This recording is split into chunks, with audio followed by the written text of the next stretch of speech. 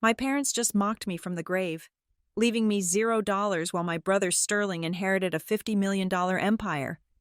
He threw me into a Seattle blizzard, thinking I was finished, but he didn't know the 60-year-old diary I carried was a death sentence for his greed. Want to see how I destroyed a financial dynasty in 24 hours? Hit like and subscribe. This story will make you rethink who you call family. My name is Dahlia Lockhart, and as I stepped out of the Blacktown car and onto the slick pavement of 4th Avenue, the Seattle rain felt less like weather and more like a judgment. I was 32 years old, an orphan as of 3 days ago, and currently navigating the marble lobby of the city's most pretentious law firm with a cane that cost $12 at a drugstore. My right leg dragged slightly, a rhythmic scrape against the polished stone that echoed too loudly in the cavernous space. It was the sound of damage. It was the sound of the accident that had taken half my vision in one eye and the stability of my knee 2 years ago. An event my parents had referred to in polite company as my unfortunate clumsiness. The elevator ride to the 42nd floor made my ears pop. I stared at my reflection in the brushed steel doors. My black dress was thrifted, the fabric synthetic and slightly itchy against my neck. It was clean, but it hung on my frame with the weary resignation of cheap clothing.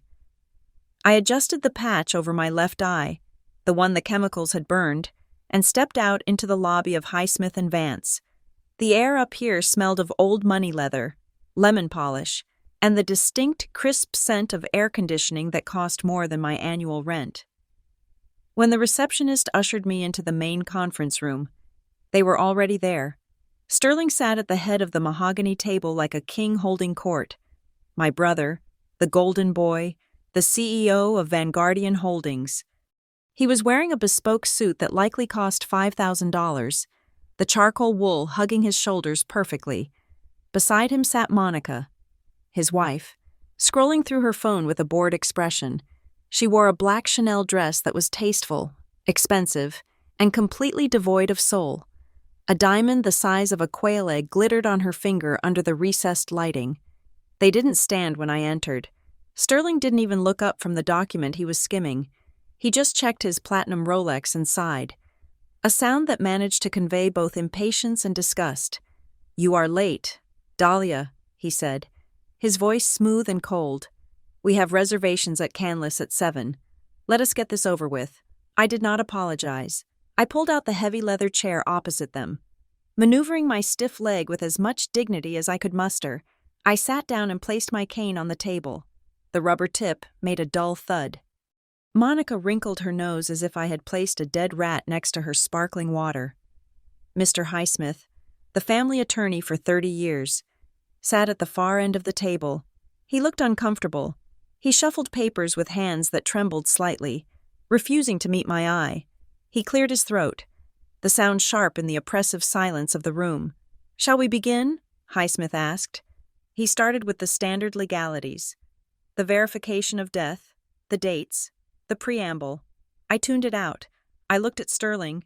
He was smirking. It was a subtle expression, just a slight curve of the lips, but I knew it well. It was the face he made when he had won a game before the opponent even realized they were playing. Then came the assets. To my son, Sterling Arthur Lockhart. Highsmith read, his voice gaining a robotic rhythm. "I leave the entirety of my shares in Vanguardian Holdings, representing a controlling interest in the company. I also leave the family estate in Medina, the vacation property in Aspen, the vintage car collection, and the entirety of the liquid investment portfolio held at Chase Private Client." Highsmith paused to take a sip of water. I did the math in my head. Between the company valuation, the real estate, and the stocks, Sterling had just been handed a fortune worth over $50 million. Sterling leaned back, lacing his fingers behind his head. He winked at Monica. She squeezed his arm, her eyes gleaming with the reflection of $50 million. "And," Highsmith continued, his voice dropping an octave, "to my daughter, Dahlia." The room went silent. The rain lashed against the floor-to-ceiling windows, blurring the gray skyline of Seattle into a watercolor of gloom. Highsmith hesitated. He looked at the paper. then at me, then back at the paper. "Read it," Sterling commanded, every word. Highsmith took a breath. "To Dahlia, the eccentric and useless daughter who turned her back on our legacy, we leave the sum of $0. I felt the blood drain from my face, not from shock, but from the sheer, petty malice of it. $0. They had to specifically write that. They could have just omitted me, but no. They wanted it on the record. Highsmith was not finished. He picked up a separate sheet of cream-colored stationery. The handwriting was unmistakable. It was my mother's sharp, angular script. "Your parents left a letter of explanation to be read at this time," Highsmith said softly. I gripped the edge of the table. "Dahlia," Highsmith read, channeling my mother's icy tone. "We have watched you waste your life in filth and dust, fixing broken trinkets for pennies when you could have been a captain of industry like your brother. You chose to be a laborer. You chose to embarrass us with your career in restoration, smelling of varnish and solvent instead of success." I stared at a knot in the mahogany table. I was a restoration expert. I brought history back to life. I had saved 17th century tapestries and repaired Ming vases that were considered hopeless. But to them, I was just a janitor with a chemistry set. The letter continued. "Regarding your accident," Highsmith read, wincing slightly, "we view it not as a tragedy, but as karma. It was a consequence of your own stupidity and stubbornness.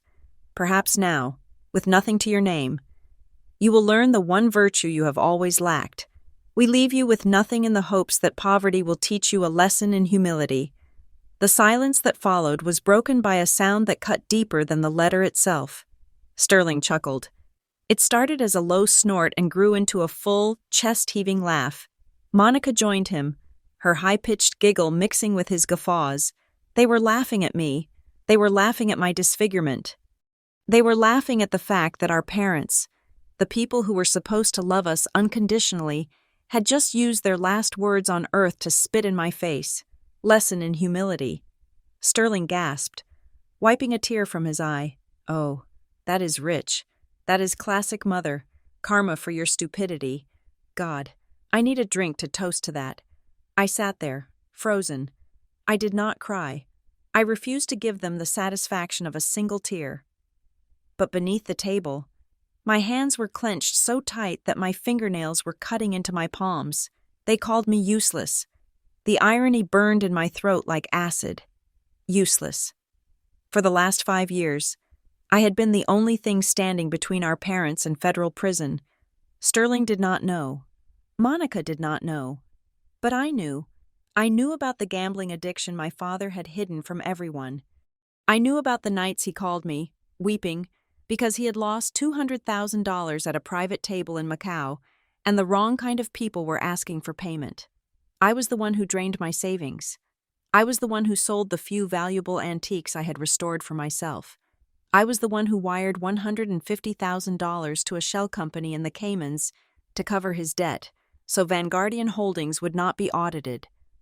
I lived in a studio apartment and ate ramen so they could keep their mansion and their country club membership.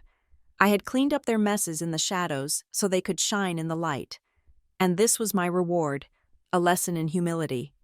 "There is one more thing," Highsmith said, cutting through Sterling's laughter. The lawyer reached under the table and pulled out a wooden box. It was hideous. The wood was rotted at the corners, dark with age and moisture damage. It smelled faintly of mildew. It looked like something you would find in a dumpster behind a derelict house.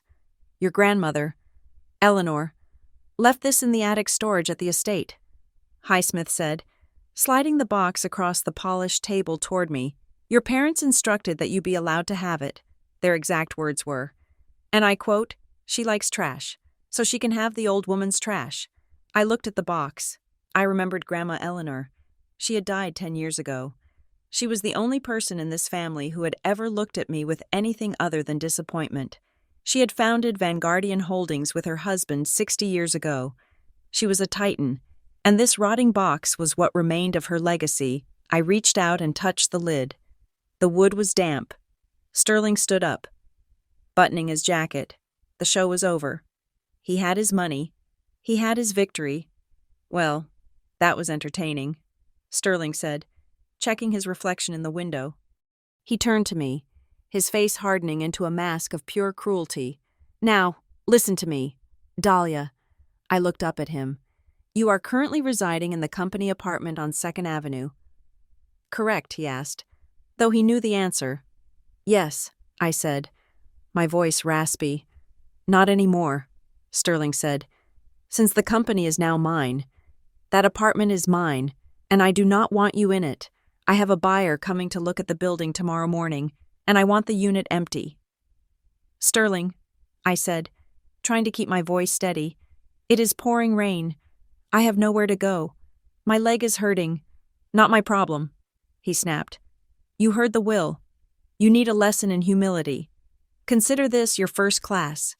He leaned over the table, his cologne overpowering the smell of the old leather. You have 2 hours, Dahlia. 2 hours to get your junk and get out. If you're not gone by 6 o'clock, I will have security throw your things on the street. And Dahlia. He pointed a manicured finger at the rotting box in front of me. Take that garbage with you. You are right. It suits you. You are both rotting from the inside out. Come on, Sterling, Monica said, linking her arm through his. We are going to be late for the reservation. I want the caviar. They walked out of the conference room without looking back. I heard their laughter echoing down the hallway, fading as they reached the elevator. I sat alone in the boardroom for a long minute. The rain hammered against the glass. $0. Useless. Karma. I looked at the box. My hand trembled as I pulled it toward me. My parents thought this was a joke. Sterling thought it was trash. I picked up my $12 cane and stood up. The pain in my leg was a sharp, hot knife, but I welcomed it. It grounded me. I picked up the box and tucked it under my arm. It was heavier than it looked. 2 hours. He gave me 2 hours. I limp-walked to the elevator, my heart beating a slow, heavy rhythm against my ribs. They thought they had buried me today. They thought they had stripped me of everything. But as the elevator doors closed, shutting out the luxurious sight of the law firm, I did not feel humble. I felt dangerous. The apartment on 2nd Avenue was not a home. It was a storage unit with a view, a holding cell for the family disappointment. The company owned it. Just as the company owned the car I could no longer drive and the reputation I could never repair. As I keyed the lock, my hands shaking from a mixture of rage and the bitter Seattle chill, I realized that for the last decade, I had been nothing more than an asset to be liquidated when necessary. I stepped inside.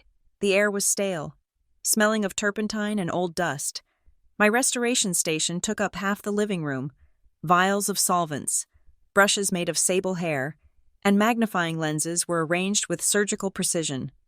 This was my world. This was the filth my parents had sneered at in their final letter. They called it a hobby for the unambitious. They were liars. I grabbed a duffel bag from the closet and started sweeping my tools into it. I wrapped a set of gold leaf application knives in a rag. These tools had generated over $300,000 in profit last year alone. My parents knew that. They knew it every time they borrowed my earnings to cover a shortfall in the quarterly projections. I paused, holding a bottle of varnish remover. The memory hit me with the force of a physical blow. 3 years ago, my father had stood in this very room, weeping into a handkerchief made of Egyptian cotton. He had gambled away the payroll for the entire logistics division. He needed $80,000 by morning, or the scandal would break. I had just finished restoring a 17th-century French vanity for a private collector in Bel Air. The payment was sitting in my account, intended for a down payment on a house of my own. I gave it to him. I wired every cent. He hugged me, smelled of scotch and fear, and told me I was the good one. The next week, at a gala, he told his friends that I was struggling to find my footing and that he was supporting me while I played with my little art projects. They were vampires. They fed on my competence and then mocked me for not having their glamour. They maintained the Lockhart image, the yachts, the galas, the perfect teeth on a foundation of credit card debt, and my silent contributions. They were hollow. They were gold paint over dry rot. And Sterling, I shoved a stack of reference books into the bag. The Golden Boy, The CEO, the man who had just inherited an empire. Sterling was not a businessman. Sterling was a liability with a trust fund. I remembered the nights I spent speed-reading contracts he was too lazy to review, highlighting clauses that would have bankrupted us if signed. I remembered the hush money paid to the hotel concierge after Sterling assaulted a bellhop in a drunken rage. I remembered the paternity suit that vanished only after I sold my grandmother's vintage emerald earrings, the only gift she had given me before she died, to pay off the claimant. But the worst memory, the one that made my bad leg throb in sympathy, was the fire, 2 years ago, the east wing of the estate. It was the 4th of July. Sterling had been drinking since noon. He decided to smoke a Cuban cigar in the library, surrounded by first edition books and dry curtains. I was in the kitchen when the alarm screamed. By the time I reached the hallway, the smoke was a thick, gray wall. Sterling was passed out on the rug that was already smoldering. I dragged him out. He was heavy, dead weight, mumbling about his stock options. I got him to the lawn, safe and sound. But then I remembered the collection, the Vanguardian collection, 6 oil paintings by early American masters, uninsured, because my father had let the policy lapse to pay for a vacation in the Maldives. If those paintings burned, the company's assets would drop below the threshold for our bank loans. The family would be ruined. So I went back in. I ran into the smoke. I grabbed the frames. The heat was unbearable. The air tasted like burning chemicals. I managed to throw the last painting out the window onto the soft grass just as a shelf of industrial cleaning supplies in the adjacent utility closet exploded from the heat. The blast threw me against the wall. Corrosive chemicals sprayed across the left side of my face. A falling beam crushed my knee. I woke up in the hospital 3 days later, blind in one eye, my leg held together with pins and agony. And what did I see on the news? A press conference. My father stood at the podium, looking somber. Sterling stood next to him, not a scratch on his face, looking the picture of concerned nobility. My daughter, Dahlia, my father had said to the cameras, was experimenting with volatile chemicals for her restoration work in the library. It was a tragic accident caused by her negligence. We are just grateful she survived her own mistake. They pinned it on me, to protect Sterling's reputation, to keep the investors from knowing the future CEO had burned down his own house in a drunken stupor. They destroyed my name. They made me the villain of my own tragedy. I looked down at my hands. They were trembling again. I squeezed the bottle of varnish remover until the plastic creaked. I had accepted it. I had swallowed the lie because I thought that was what family did. You protected each other. I was such a fool. The sound of the front door crashing against the wall snapped me back to the present. I did not have to turn around to know who it was. The heavy, arrogant footsteps were unmistakable. "Time is up, sister." Sterling's voice boomed. I checked my watch. It had been 45 minutes. "You said 2 hours," I said, not turning around. I continued packing. "I changed my mind," Sterling said. He walked into the living room, followed by 2 men in dark uniforms, private security, rent-a-cops with thick necks and dead eyes. "The buyer is coming early. I want this place sanitized." He looked around the room, his lip curling at the sight of my tools. "God, it smells like a chemical plant in here," he said. "How do you live like this? It is pathetic." He walked over to the table where I had placed the wooden box from the lawyer's office. He tapped it with his knuckles. "And you brought the trash," he said. "Good. At least you listened to instructions." I zipped up the duffel bag. I picked up my cane. I turned to face him. "I am leaving." "Sterling," I said, my voice low. "You do not need the goons." "I think I do." He smiled. "You are known for being difficult and clumsy. I do not want you falling down the stairs and suing me. Boys, help her." One of the guards stepped forward and grabbed my duffel bag. He didn't lift it. He yanked it from my grip. I stumbled, my bad knee buckling under the sudden shift in weight. I caught myself on the edge of the sofa, gasping as pain shot up my thigh. "Careful," Sterling laughed. "See, clumsy." The guard walked to the door and threw the bag into the hallway. It landed with a heavy thud. Now the rest of it, Sterling said. He picked up the wooden box, the box that Grandma Eleanor had left me, the box my parents had called trash. This thing is disgusting, Sterling said, examining the rot on the corners. Why did she even keep this, probably full of dead beetles? Give it to me, I said, reaching out. Sterling pulled it back, holding it out of my reach like a bully on a playground. You want it? He asked. Go fetch.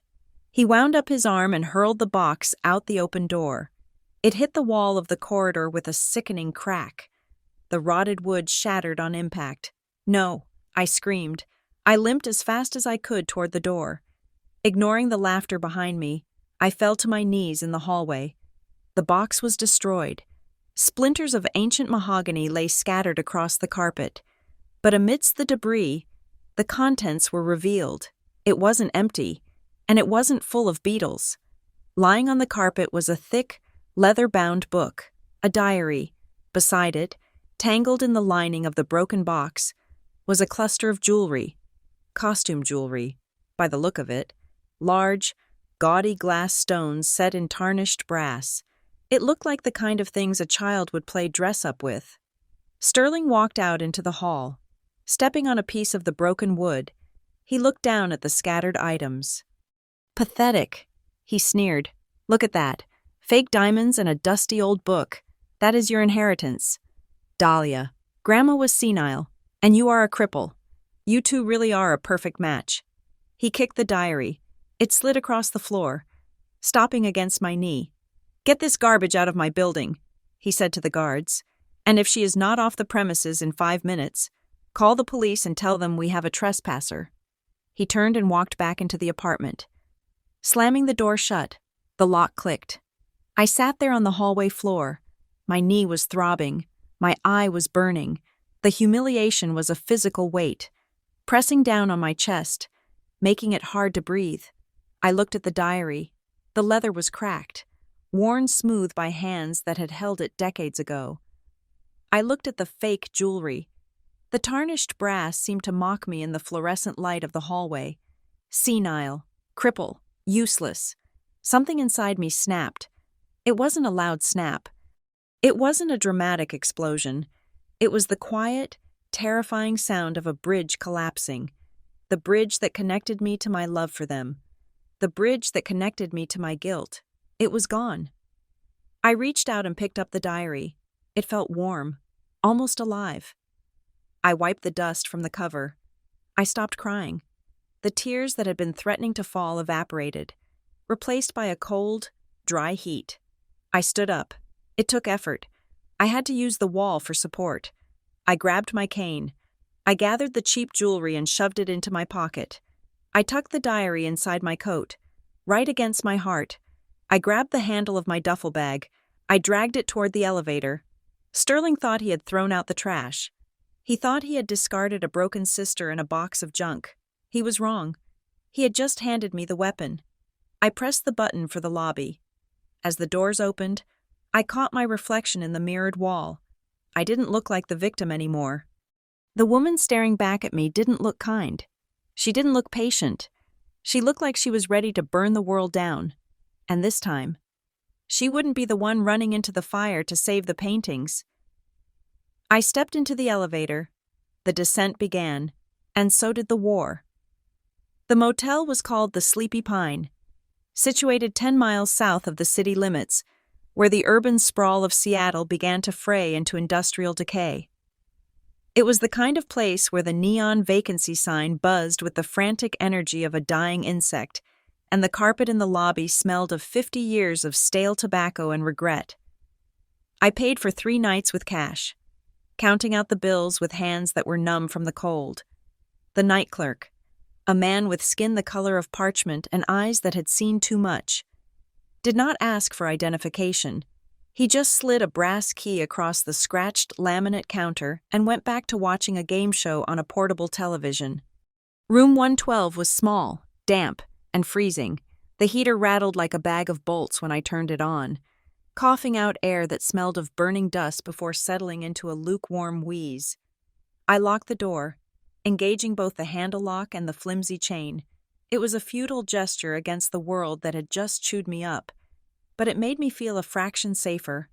I sat on the edge of the sagging mattress. My wet clothes clung to my skin.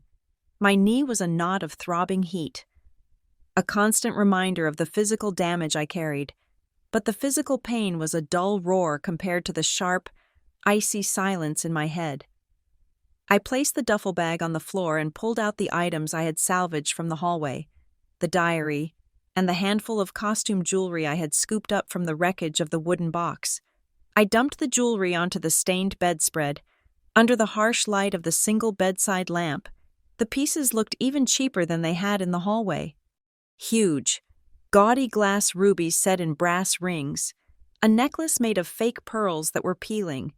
It was a collection of trinkets a child would keep in a treasure chest. I picked up a large brooch shaped like a peacock.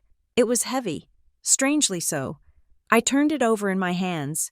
The back was tarnished, the metal pitted with age. My thumb brushed against a small latch near the peacock's tail. It was almost invisible, hidden by the complex etching of the feathers. I pressed it. There was a soft click. The back of the peacock sprang open. It was not just a brooch, it was a locket, but instead of a picture, there was something nestled inside the hollow cavity of the metal bird. I pulled it out. It was a key. It was not a modern key with jagged teeth and a plastic head. This was a piece of art. It was made of iron, cold and black, with a long shaft and an intricate skeletonized bit at the end that looked like the mechanism of a clock. The head of the key was shaped like a rose. I held it up to the light. Why would Grandma Eleanor hide a key inside a piece of fake jewelry? And why hide the jewelry inside a box that looked like rotting trash? I set the key down on the nightstand, its metal clinking against the cheap wood. Then, I picked up the diary.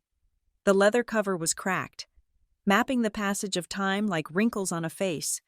I ran my hand over it, feeling a sudden, overwhelming wave of grief. I missed her. Eleanor Lockhart had been a force of nature.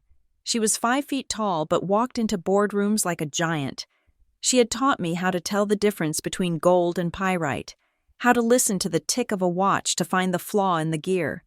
She was the only person who had ever told me I was enough. I opened the book. The first few pages were stiff. The paper yellowed and brittle. The handwriting was familiar looping, elegant, pressed hard into the page with a fountain pen. October 4th, 1985. The hydrangeas are dying early this year. The frost came too soon. Robert asked me for money again today. He says he wants to invest in a tech startup in Silicon Valley. I told him he does not know a microchip from a potato chip. He pouted like a child. He is 30 years old. When will he grow up? I smiled faintly. That was Eleanor, blunt, perceptive. I turned the pages, skimming through years of her life. There were notes about business deals, about the expansion of Vanguardian into shipping, about the fluctuating price of steel. There were notes about me. July 12th, 1993. Dahlia fixed the grandfather clock in the hallway today. She is only 9. She sat there for 4 hours with those tiny screwdrivers, her tongue sticking out the corner of her mouth. She has the hands of a surgeon and the patience of a saint. She is the only one in this house who understands how things work. The others only know how to break them. My eyes blurred. I wiped them angrily. I needed to focus. I flipped forward, past the mundane entries, past the garden updates, and the dinner party menus. I stopped at the year 1995. The ink here was darker, the strokes more jagged, as if she had been writing in a fury. November 3rd, 1995. I found the discrepancies. The sentence stood alone on the page. I continued reading, my heart rate picking up speed. Robert thought he was clever. He thought he could bury the transfers in the logistics overhead. He has been siphoning money from the employee pension fund, my own son. He is stealing from the men and women who built this company. I confronted him. He cried. He blamed the market. He blamed his wife's spending habits. He blames everyone but the man in the mirror. He is not just incompetent. He is morally bankrupt. I turned the page. November 5th, 1995. I looked at Sterling today. He is 12. He watched his father lie to me about the missing funds. And he did not look ashamed. He looked impressed. He has the same rot in him. It is a genetic defect of character, greed without talent, hunger without discipline. I shivered. She had seen it. 30 years ago. She had seen exactly what they were. I kept reading. The entries became more frantic. Grandma's health was failing. She wrote about dizzy spells, about her doctor warning her of high blood pressure. She knew she was running out of time. December 20th, 1995. I cannot leave Vanguardian to them. They will strip it for parts like vultures on a carcass. They will destroy in a decade what took me 50 years to build. But if I cut them out completely, they will fight it in court. They will drag the family name through the mud. They will claim I am insane. I need a failsafe. I need a shadow. A shadow. I leaned closer to the lamp. The next few pages were stuck together, not by age, but by intention. A thin line of wax had been used to seal 2 pages shut. I carefully used my fingernail to pry them apart. The paper tore slightly, revealing a hidden entry dated just 2 weeks before her massive stroke. January 1st, 1996. I have done it. The lawyers, the real lawyers, not the clowns Robert uses, have set up the Shadow Trust. It is an old legal instrument, rarely used since the 1920s. It allows for a separation of title. Robert and his wife think they are the beneficiaries. They are not. I have listed them as trustees. I stopped breathing. Trustees. I knew enough about estate law from my time managing contracts to understand the distinction. A beneficiary owns the assets. A trustee merely manages them. A trustee has the power to use the money, to live in the houses, to run the company. But they do not hold the ultimate title. They are caretakers, glorified house-sitters. I read on, my hands trembling so hard the book shook in my grip. They will not know the difference. The documents they signed were deliberately dense. They saw the words control and access and signed their names without reading the fine print. They believe they own Vanguardian. They believe they own the estate, but they own nothing. The legal title of all assets, every share, every brick, every dollar, resides within the Shadow Trust. But who was the beneficiary? I scanned down the page. The trust remains dormant as long as the trustees maintain the legacy and care for the bloodline. However, should they prove unworthy, should they endanger the company, or, God forbid, turn their greed upon the innocent, the trust can be activated. The true ownership will transfer immediately to the holder of the key and the seal. My hand flew to the iron key on the nightstand. This was it, the failsafe. But there was more. The entry continued on the back of the page. I know what they are capable of. I fear for Dahlia. She is too soft, too kind. She loves them despite their flaws. They will use that love against her. If I die, they will try to crush her. They will try to take what is hers. Grandma. She knew. She had predicted every moment of the last 3 days. I created this diary not as a memoir, but as an instruction manual. If you are reading this, Dahlia, it means they have finally shown you their true faces. It means they have left you with nothing. It means the condition of the Shadow Trust has been triggered. I swallowed hard, my throat dry. Robert and his wife forged the power of attorney documents the day after my stroke. I could not speak, but I could hear them in the hospital room, planning how to rewrite my will. They think they succeeded. They think the will they filed is the final word. It is a decoy. The Shadow Trust supersedes all subsequent wills because the assets in those wills were never theirs to give away. You cannot bequeath what you do not own. The realization hit me with the force of a physical blow. The $50 million Sterling had inherited, the company, the house, the cars, none of it was his. It never had been. For 30 years. My parents had been living a lie, parading around as billionaires when they were essentially employees of a ghost, and they had forged documents to get there. Fraud. Massive, decades-long fraud. I looked at the bottom of the page. The writing here was shaky. The ink blotting where the pen had rested too long. The documents for the Shadow Trust, the original deed, and the true will are not in any bank. Banks can be bought. Lawyers can be bribed.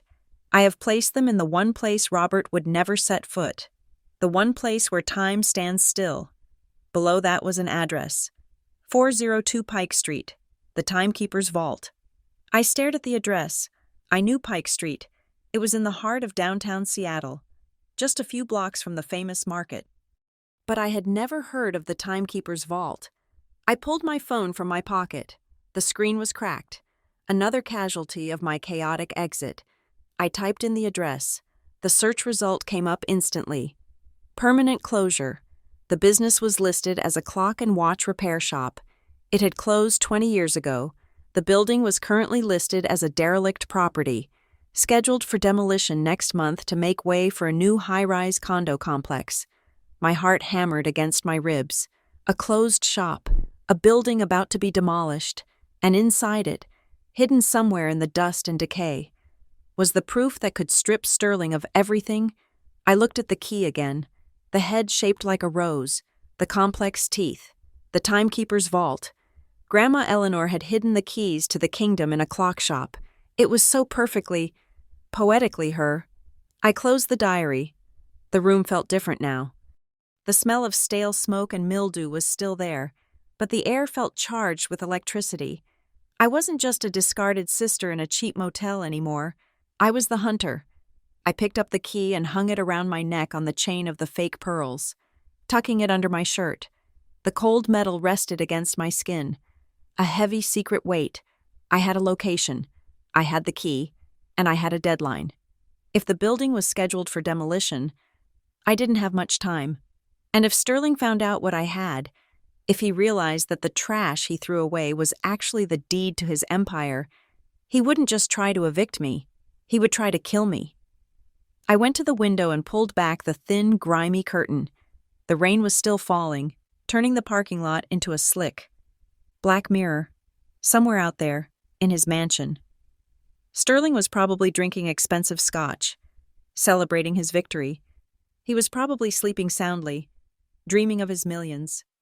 Let him sleep, I whispered to the empty room. Tomorrow, I would go to the ruin of the watch shop. Tomorrow, I would turn back the clock. I lay down on the bed, fully clothed, my hand clutching the diary to my chest. I didn't think I would sleep, but exhaustion pulled me under. And for the first time in years, I didn't dream of the fire. I dreamed of the ticking of 1,000 clocks, counting down the seconds until my brother's world fell apart. The address led me to the edge of the International District, where the gentrification of Seattle had hit a brick wall of stubborn history. 402 Pike Street was no longer a shop. It was a tomb. The building was a narrow, 3-story structure of red brick that had turned black with a century of soot and rain. The windows were boarded up with plywood that had warped and peeled like dead skin. A chain-link fence surrounded the perimeter, decorated with a bright orange sign that screamed "Demolition Scheduled." I stood on the sidewalk, rain dripping from the brim of my hood, and studied the facade. To the average pedestrian, this was just another eyesore waiting for the wrecking ball. But I did not see it with the eyes of a pedestrian. I saw it with the eyes of a restorationist. My profession is about understanding how things are built so I can understand how they break. I looked at the brickwork.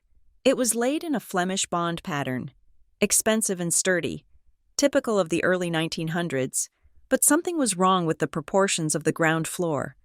The depth of the window frames was too shallow compared to the exterior wall. There was a discrepancy of at least 2 feet. Space does not just disappear. If there is a void, something is filling it. I was about to move toward the alleyway when my phone buzzed in my pocket. I pulled it out, shielding the cracked screen from the drizzle. Sterling. I stared at the name. My thumb hovered over the decline button, but curiosity got the better of me. Why was the new billionaire calling the sister he had evicted less than 24 hours ago? I answered, but said nothing. Dahlia. Is that you? His voice was tight, pitched higher than usual. It was the voice he used when he was trying to charm a creditor. I am here. Sterling. I said, listen, I am just calling to clarify something. He said, the charm slipping immediately into aggression. I know you are upset about the apartment, but I want to make sure you understand the situation regarding Father's Financial history. He meant the gambling debts. He meant the embezzlement. What about it, I asked. The shareholders are asking questions. He said, they are nervous about the transition. The stock dipped 4% this morning. If they catch wind of any rumors, any lies about father borrowing money or the company's liquidity issues, it could be catastrophic. He was terrified. I could hear the rustle of papers in the background, likely him pacing in the office that was now his. He was not calling to check on me. He was calling to gag me. You want to know if I'm going to talk? I said, I want to know that you know your place. He snapped, if you go to the press. Dahlia, I will sue you for defamation. I will bury you in legal fees so deep you will never see the sun again. Do not test me. I looked up at the rotting building in front of me. I thought about the diary in my bag and the key against my chest. He was threatening me with a lawsuit while standing on a foundation of sand. He had no idea that the ground beneath him was already crumbling. Defamation requires the statement to be false. Sterling, I said calmly, and as for burying me, you already tried that at the funeral. It did not work. Dahlia, listen to me. I laughed. It was a dry, sharp sound that surprised even me. Goodbye, brother, I said. Try not to burn anything down while I'm gone. I ended the call and turned it off. His fear was delicious, but I had work to do. I walked around to the alley. The back entrance was blocked by a heavy steel door. Rusted shut. I didn't bother with it. I looked for the weakness I knew had to be there. In buildings of this age, the ventilation grates were often the vulnerability. Sure enough, near the ground level, a cast iron grate was loose. The mortar around it had turned to dust decades ago. I used the leverage of my cane to pry it open. It gave way with a screech of metal on stone. The hole was small, barely big enough for a person to squeeze through, and for a moment, I hesitated. My bad leg throbbed at the thought of the contortion, but pain was just information. I acknowledged it and moved forward. I slid through the opening, scraping my shoulder against the brick, and dropped 3 feet onto a concrete floor. I clicked on a small flashlight. I was in a storage room. The air was thick with the smell of ozone and old oil. It was silent, a heavy, suffocating silence that felt held in suspension. I made my way into the main shop area. It was like walking into a clockwork graveyard. Hundreds of clocks lined the walls. Grandfather clocks, cuckoo clocks, mantel clocks. They were all stopped. Dust draped over them like gray shrouds. Workbenches were scattered with tiny gears and springs, frozen in the middle of repairs that would never be finished. This was Mr. Abernathy's shop. He was Grandma's oldest friend, a man who spoke in riddles and smelled of pipe tobacco. I remembered coming here as a child, watching him work with a loop in his eye. The diary had said, "The one place time stands still." I scanned the room. Where was the safe? I remembered the discrepancy I had seen from the street. The 2-foot void. It had to be on the north wall. I walked to the north wall. It was covered by a massive, ornate display cabinet made of dark oak, filled with pocket watches hanging on hooks. It looked solid. It looked permanent, but a restorationist knows that furniture tells a story. I ran my hand along the base of the cabinet. The floorboards beneath it were not scratched. A piece of furniture this heavy should have left marks if it had been moved or settled over 50 years, but the floor was pristine, which meant the cabinet was not sitting on the floor. It was suspended slightly. I looked at the molding on the side. There was a faint seam, invisible to the naked eye but clear to the touch. A hinge. This wasn't a cabinet. It was a door. But where was the latch? I looked at the pocket watches on display. There were dozens of them, but one stood out. It was a silver railway watch, hanging right at eye level. The hands were stopped at 12 o'clock perfectly. All the other watches were stopped at random times. 12 o'clock, the witching hour, or the beginning of a new day. I reached out and turned the winding crown of the silver watch. It didn't click. Instead, it offered resistance, like a bolt sliding back. I turned it 3 full rotations. A heavy thunk echoed from inside the wall. I pulled on the edge of the cabinet. The entire massive structure swung outward on silent, well-oiled hinges. My breath caught in my throat. Behind the cabinet was not a wall, but a steel door set into the brickwork. It was old, black iron with gold pinstriping, and in the center was a keyhole shaped like a rose. I pulled the chain from under my shirt. My hands were shaking, not from cold, but from adrenaline. I inserted the iron key. It fit perfectly. I turned it. The mechanism tumbled with a satisfying, heavy clatter. I pulled the door open. Inside, there were no stacks of cash.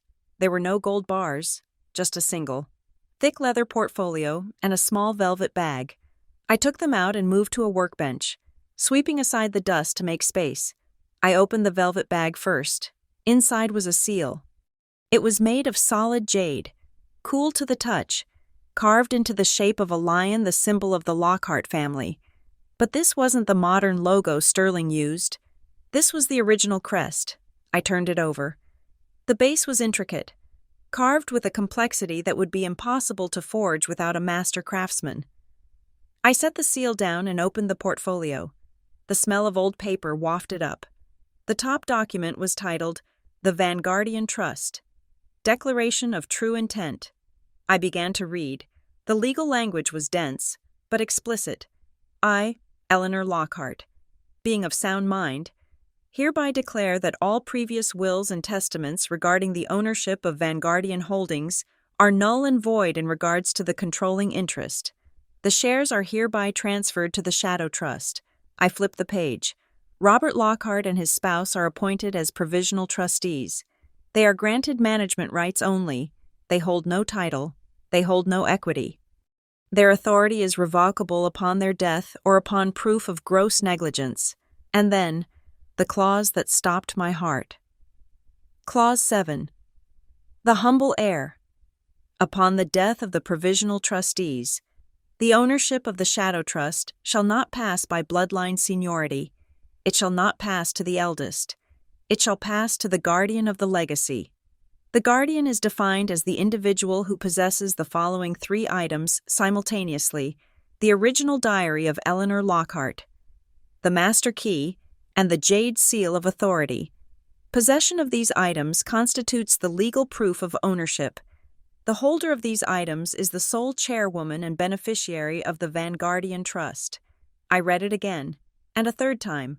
I looked at the date. The document had been notarized 10 years ago, 2 days before Grandma died. The realization washed over me like a tidal wave. My parents had never owned the company. They were managers, employees. They had spent their lives terrorizing me, lording their wealth over me, threatening to cut me off, when in reality, they were spending my money, and Sterling had inherited nothing. The $50 million, the house, the cars, they were assets of the trust, and the trust belonged to the holder of the seal. It belonged to me. I wasn't just an heir, I was the owner. I had been the owner for the last 10 minutes. Or perhaps, in Grandma's eyes, I had been the owner since the moment she died, waiting for the inevitable betrayal to lead me here. I looked at the jade lion. It stared back at me, fierce and unyielding. I thought about Sterling's phone call. "I will sue you for defamation." I laughed again, but this time it wasn't dry. It was powerful. It echoed off the brick walls of the hidden room. Sterling couldn't sue me. He was trespassing on my property. He was driving my car. He was sleeping in my house. I closed the portfolio and tied the leather straps. I put the jade seal in my pocket, feeling its weight against my hip. I had the evidence, but evidence in a dusty room was not enough. I needed to weaponize it. I needed to make it legal. And for that, I needed Silas Vance. I packed the documents into my bag, treating them with more care than I had ever treated anything in my life. I checked the time on my phone. It was 3 p.m. Sterling had given me a lesson in humility. He had thrown me out into the cold to teach me my place. Well, I had learned my lesson. My place was at the head of the table, and it was time to go claim my seat. I had the gun, but I didn't know how to shoot it. That was the problem with legal documents. In the hands of a layman, they are just paper. In the hands of a master, they are lethal weapons. I needed a marksman. I sat in my rental car, a beat-up sedan that smelled of stale cigarettes, and opened the diary again. I wasn't looking for secrets this time. I was looking for a name. Grandma Eleanor had mentioned him 3 times in the journals from the 90s. Silas Vance is the only man in Seattle who understands that the law is not about justice, but about leverage. He is brilliant, sharp, and unfortunately, honest. Robert hates him. Silas Vance. The name was etched in gold leaf on the lobby wall of the firm I had visited yesterday, Highsmith and Vance. But he wasn't at the meeting. Only Highsmith was there, looking nervous and compliant. Vance was a ghost. I did a quick search on my phone.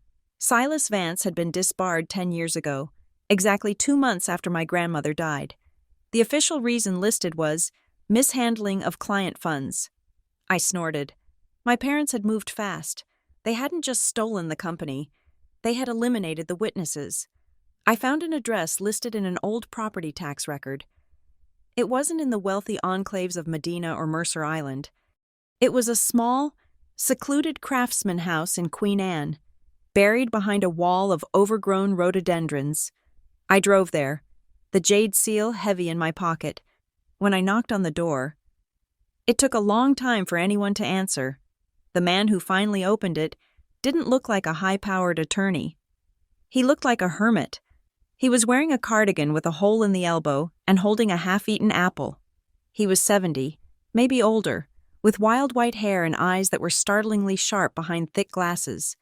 "We don't buy Girl Scout cookies, and we don't need Jesus," he grunted, starting to close the door.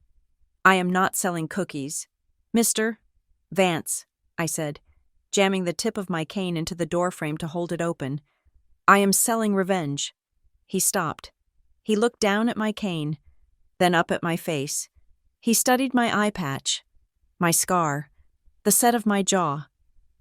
"You have Robert Lockhart's chin," he said, his voice dripping with disdain. "If you are here to threaten me, tell your father I am already dead to the world. There is nothing left to take. My father is dead," I said. "We buried him 3 days ago." Silas froze. A complicated expression crossed his face, shock, followed instantly by a flash of grim satisfaction. "I heard about the crash," he said slowly. "I didn't realize it was... Well, I suppose I should offer condolences, but I make it a policy not to lie to strangers. I don't want your condolences." I said, "I want your brain. My brother Sterling just inherited everything. He left me $0 and a box of trash." Silas laughed. It was a dry, rusty sound. $0. That sounds like Sterling. Petty little tyrant. "Well, miss, I am retired. Forcefully. I can't help you. Go find a strip mall lawyer." He tried to shut the door again. I reached into my pocket and pulled out the velvet bag. I didn't say a word. I just pulled out the jade seal, the lion of the Lockhart family, and held it up in the gray afternoon light. Silas stopped breathing. His eyes widened. Fixing on the green stone, he reached out a trembling hand but didn't touch it. "Where did you get that?" he whispered. "The box of trash." I said. He threw it at me. He didn't know what was inside. Silas looked from the seal to me. His eyes filled with tears. He took off his glasses and wiped his face with the back of his hand. "She did it," he murmured, his voice breaking. "Eleanor actually did it. She triggered the shadow trust." He opened the door wide. "Come in. Miss Lockhart, we have work to do." Silas's living room was a library of chaos. Stacks of case files lined the walls. Towers of paper that reached the ceiling. It smelled of old coffee and justice. He cleared a space on a table and laid out the documents I had found in the vault. He read the declaration of true intent in silence. He read the clause about the humble heir. When he finished, he sat back and closed his eyes. "Do you know why I lost my license?" he asked quietly. "My parents framed you." I said, "They did more than that," Silas said, opening his eyes. "They destroyed me. When Eleanor had her stroke, I tried to file the original trust documents. Robert intercepted me. He had hired a private investigator to plant evidence in my accounts money that looked like I had stolen from a widow's estate. He told me I had 2 choices: surrender my license and disappear, or go to prison for 10 years. He looked at his hands. I was a coward. I had a sick wife. I couldn't go to jail. So I let them win. I let them steal Vanguardian. And I have hated myself every day for 10 years. He looked at me, and the fire in his eyes was terrifying. But today, Dahlia, I stop hating myself, and I start hating them. He stood up and walked to a computer in the corner. It looked ancient, but when he turned it on, he navigated the screen with blistering speed. He is desperate. He needs to cover the debts your father left behind and fund his own lifestyle. Silas turned to me, a wolfish grin on his face. Here's the beauty of it. Dahlia, Sterling thinks he owns the company. He is about to sign a contract to sell an asset he does not legally possess. He is committing fraud. I realized aggravated fraud, Silas corrected, on a massive scale. If he signs that sale document while the Shadow Trust is active. He goes to federal prison, not for debts, but for selling stolen property. So we wait, I asked. No, Silas said. We accelerate. We need to make him feel secure. We need him to think he has gotten away with it so he gets sloppy. We spent the next 4 hours mapping out the trap. Silas was brilliant. He knew every loophole, every hiding spot, every weakness in my parents' legal armor.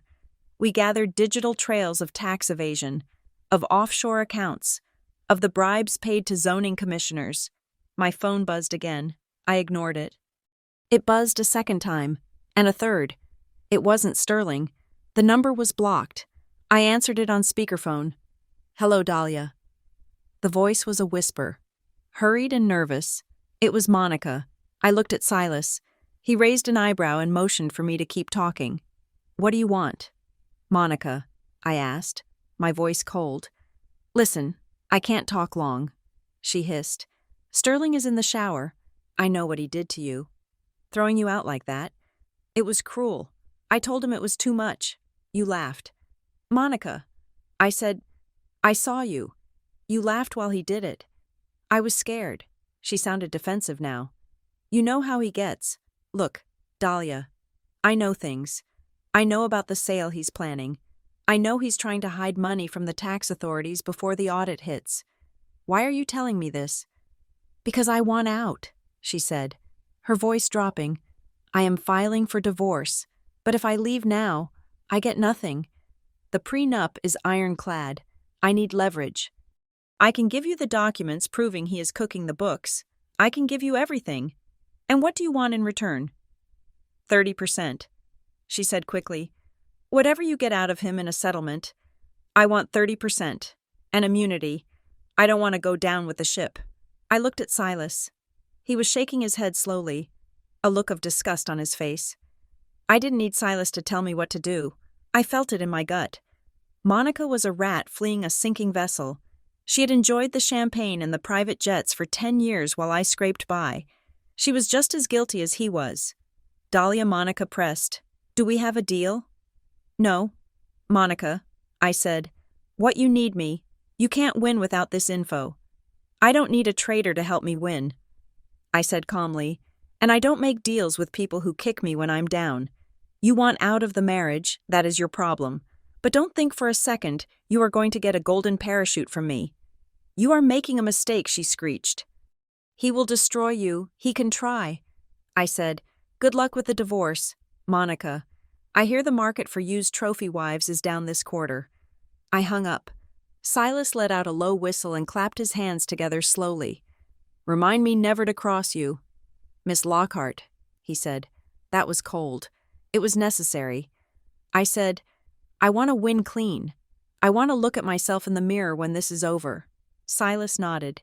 He printed a stack of documents and shoved them into a folder. All right, he said. We have the proof of ownership. We have the proof of his intent to sell. Now we need the bait. He pointed to a map of the city on his wall. Sterling needs cash fast. Right. The logistics hub sale will take weeks to close because of due diligence. He needs money now to pay off the immediate gambling debts before the sharks come for his kneecaps. So, we offer him a lifeline, Silas said. A quick sale. A piece of property that looks worthless to him, but valuable to a stupid buyer.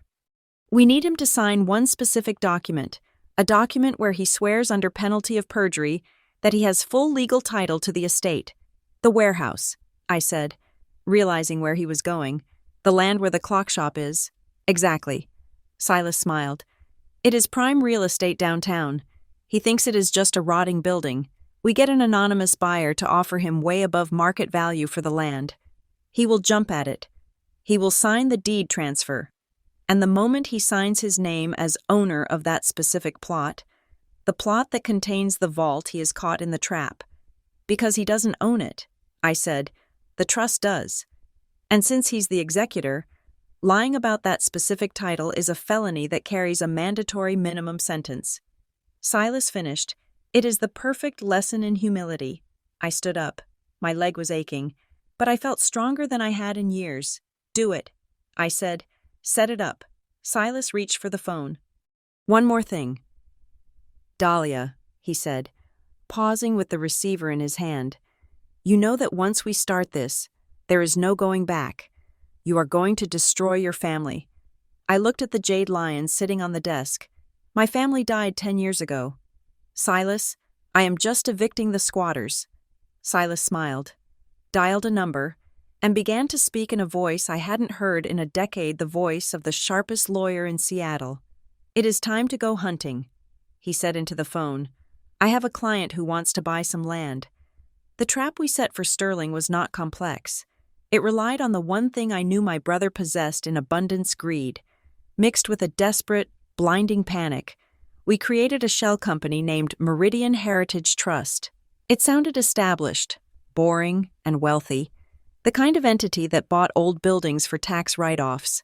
Silas used his old contacts to route the paperwork through a firm in Delaware, making the buyer untraceable. The offer we sent to Sterling was simple. We offered to purchase the derelict property at 402 Pike Street, the rotting brick shell of the old watch shop, for $4 million. It was an absurd amount. The land was assessed at maybe $800,000. The building was condemned, to a rational businessman.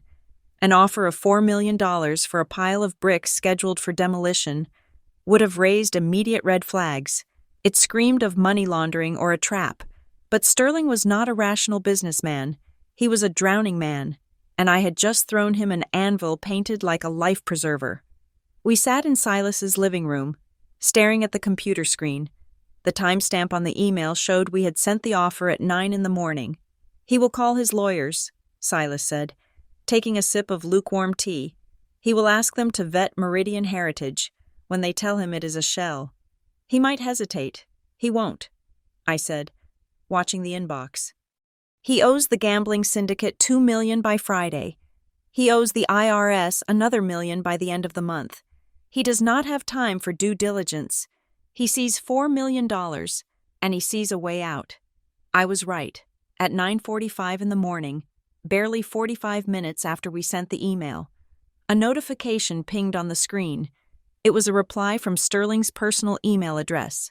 Bypassing his own legal team entirely, we accept the offer. The email read, "Can we expedite closing? We can have the deed ready by end of day." I looked at Silas.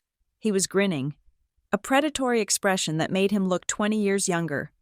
"He is bypassing counsel," Silas whispered.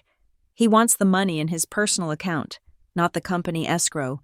He is trying to embezzle the sale proceeds before the board notices. Send the document." I said, this was the linchpin. We weren't just asking him to sign a sales deed. Silas had drafted a specific attachment, buried in the middle of the closing packet. It was an affidavit of absolute title and inventory. By signing it, Sterling would be swearing under penalty of perjury 2 things. First, that he had performed a complete and total inventory of the property and confirmed it was empty of any family heirlooms or assets.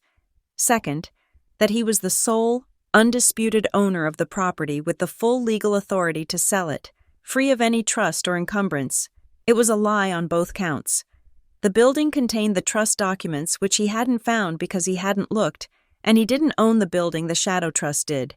If he signed this, he wasn't just selling a building, he was committing federal wire fraud and perjury. At 2 p.m, the notification came back. Document signed, wiring instructions attached. Silas opened the PDF. There it was. Sterling's signature, frantic and jagged. scrawled across the bottom of the affidavit. He didn't even read it, Silas said, shaking his head. He just signed his life away for $4 million he will never see. Now what I asked. Now, Silas said, leaning back in his chair. We go to a party. The Vanguardian Annual Charity Gala was the highlight of the Seattle social calendar. It was held at the Fairmont Olympic Hotel, a place of crystal chandeliers, velvet drapes, and people who pretended to care about orphans while wearing jewelry that could feed a third-world country. Sterling was the host. It was his debut as the official head of the family, his moment to step into the spotlight and assure the city that the Lockhart legacy was safe in his hands. He had no idea that the ghost of the legacy was about to walk through the front door. I arrived at 8 o'clock. I was not wearing my thrift store dress. Silas had dipped into his own retirement savings alone. He insisted to outfit me for war. I wore a gown of deep, midnight blue silk that flowed over my frame like water. It had long sleeves and a high neck, severe and elegant. My hair was pulled back in a tight chignon. I still carried my cane, but it was not the drugstore aluminum anymore. I had spent the afternoon stripping the finish and staining it a dark ebony, polishing the brass handle until it gleamed. It didn't look like a medical device, it looked like a scepter. And around my neck, resting against the dark silk, was the jade seal. It was heavy, primitive, and unmistakably valuable. I handed my invitation to the doorman. He looked at me, then at the list. I don't see a Dahlia Lockhart on the list. Ma'am, he said. Check under owner, I said coolly. He blinked, confused, but the authority in my voice made him hesitate. Before he could argue, I swept past him into the ballroom. The room was a sea of black tuxedos and glittering gowns. A string quartet was playing Mozart in the corner. Waiters circulated with trays of champagne. In the center of the room, standing under the largest chandelier, was Sterling. He looked manic. His smile was too wide, his gestures too large. He was holding court with 3 major investors, laughing loudly at a joke that likely wasn't funny. Monica stood beside him, looking pale and terrified. She spotted me first. Her glass slipped from her hand and shattered on the marble floor. The sound cut through the chatter like a gunshot. Heads turned. The silence rippled outward from the center of the room until 500 people were staring at the entrance. Sterling turned to see what his wife was looking at. His face went slack. The blood drained from his cheeks so fast I thought he might faint. He looked at the dress. He looked at the confident way I stood, my weight resting lightly on the cane. He excused himself from the investors and marched toward me, his face twisting into a snarl that he tried to disguise as a brotherly greeting. "What the hell are you doing here?" he hissed when he got close enough. Grabbing my arm, "I told you to leave the city. Take your hand off me." "Sterling," I said. My voice wasn't loud, but it projected, "or I will use this cane for something other than walking." He recoiled, as if burned. He looked around nervously. People were watching. The press was there, reporters from the Seattle Times, bloggers, a camera crew from the local news station. They sensed the tension. Lenses were turning toward us. "You are not invited," Sterling whispered, his eyes darting around. "You are embarrassing the family. Look at you. You are a cripple playing dress-up. Get out before I have security drag you out." I smiled. It was the smile of the wolf who sees the rabbit enter the snare. "I couldn't miss your big night, brother," I said, raising my voice so the nearby reporters could hear. "Especially after the big news today. I wanted to congratulate you on the sale." Sterling froze. "What sale?" "The property on Pike Street," I said, beaming. "Meridian Heritage Trust. $4 million. That was a masterstroke. Sterling, selling off the family history to pay for, what was it again? Overhead." His eyes bulged. He realized 2 things simultaneously. First, that I knew about the secret sale. Second, that I was talking about it in front of the very investors he was trying to calm down. "Keep your mouth shut," he growled. "That is private business." "Is it?" I asked. Stepping closer, I noticed a reporter edging nearer. Her recorder raised.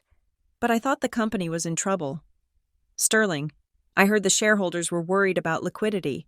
Surely selling off assets so quickly is something they should know about. Unless what he demanded. Unless you didn't have the right to sell it, I said softly. The reporter stepped forward. Mr. Lockhart, is there a dispute regarding the family assets? Is the company selling off properties? Sterling spun on the reporter, his face flushing a deep, angry red. There is no dispute, he shouted. The sudden volume made the string quartet stop playing. The room went dead silent. Everyone was watching now. My sister is unwell, Sterling announced to the room, gesturing at me with a shaking hand. She was cut out of the will for a reason. She is mentally unstable and jealous. I stood perfectly still. I didn't defend myself. I let him dig. There are rumors, the reporter pressed. Sensing blood in the water, rumors that your father's estate is not as solvent as reported. Rumors that the title to Vanguardian is being contested. That is a lie, Sterling screamed. He was losing control. The pressure of the last 3 days, the gambling debts, the fraud, it was all bubbling to the surface. I am the CEO, Sterling declared, thumping his chest. I am the sole heir. My parents left everything to me, every share, every building, every account. It is mine. Are you sure about that? Sterling, I asked. My voice was calm, cutting through his hysteria. You are sure you own everything, even the property on Pike Street you signed away this afternoon? Yes, he yelled, turning back to me, right into the lens of the news camera. I signed that deed because I own it. I have full legal authority over every asset in the Lockhart name. There is no one else. Just me. I am the owner. The camera light blinked red. The recording was live. I looked at him with genuine pity. He had just confessed. He had just stated on camera that he claimed ownership of a property he had sworn to inventory, a property that, if he had actually inventoried it, would have proven he owned nothing. He had walked right into the affidavit of title trap. By claiming ownership now, he proved that his signature on the fraudulent deed earlier today was intentional, not accidental. He had just handed the district attorney a confession to felony fraud. Thank you, Sterling, I said. That is all we needed to hear. I turned to walk away. Wait, he grabbed my shoulder. You are not walking away from this. You are trying to sabotage me. You are nothing. You are a zero, I stopped. I reached into the neckline of my dress and pulled out the jade seal. I let it dangle on its chain, the green stone catching the light of the chandeliers. Sterling stopped breathing. He recognized it. He had seen it in old family photos. He knew what it was. Where did you get that? He whispered, his voice trembling. You threw it at me. Sterling, I said, in the hallway, along with the trash. I leaned in close, so only he could hear. You wanted to teach me a lesson in humility. Brother, class is in session. I pulled away and walked toward the exit. The crowd parted for me like the Red Sea. I could hear the reporters shouting questions at Sterling behind me. I could hear the click of cameras. I could hear the sound of his empire beginning to crack. I walked out into the cool night air. Silas was waiting in the car at the curb. Did he say it? Silas asked, as I slid into the passenger seat. He screamed it. I said, on camera. He claimed sole ownership and full authority. Silas smiled and put the car in gear. Then he is done, Silas said. The wire transfer for the $4 million just hit his account. The crime is complete. We have the document, we have the money trail, and now we have the public confession. Where to now? I asked. Silas checked his watch. Now, we go to the only people who hate your brother more than we do, he said. Who? The Gambling Commission, Silas said, and the IRS. It is time to light the fuse. I looked back at the hotel. Sterling was still inside, probably drinking champagne, thinking he had won the argument. He didn't know that he was already a dead man walking. Drive, I said. The morning after the gala, the sky over Seattle was a bruised purple, heavy with the promise of a storm that refused to break, but inside the financial district, the lightning had already struck.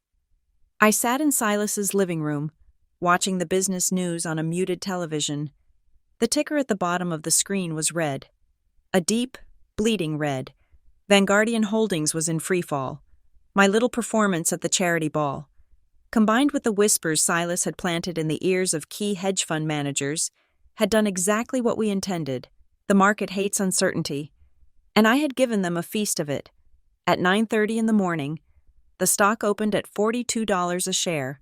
By 10 o'clock, it was trading at 31. 11% of the company's value, nearly $400 million in market capitalization, had evaporated in 30 minutes. Sterling was panicking. We knew this because we had a window into his digital soul.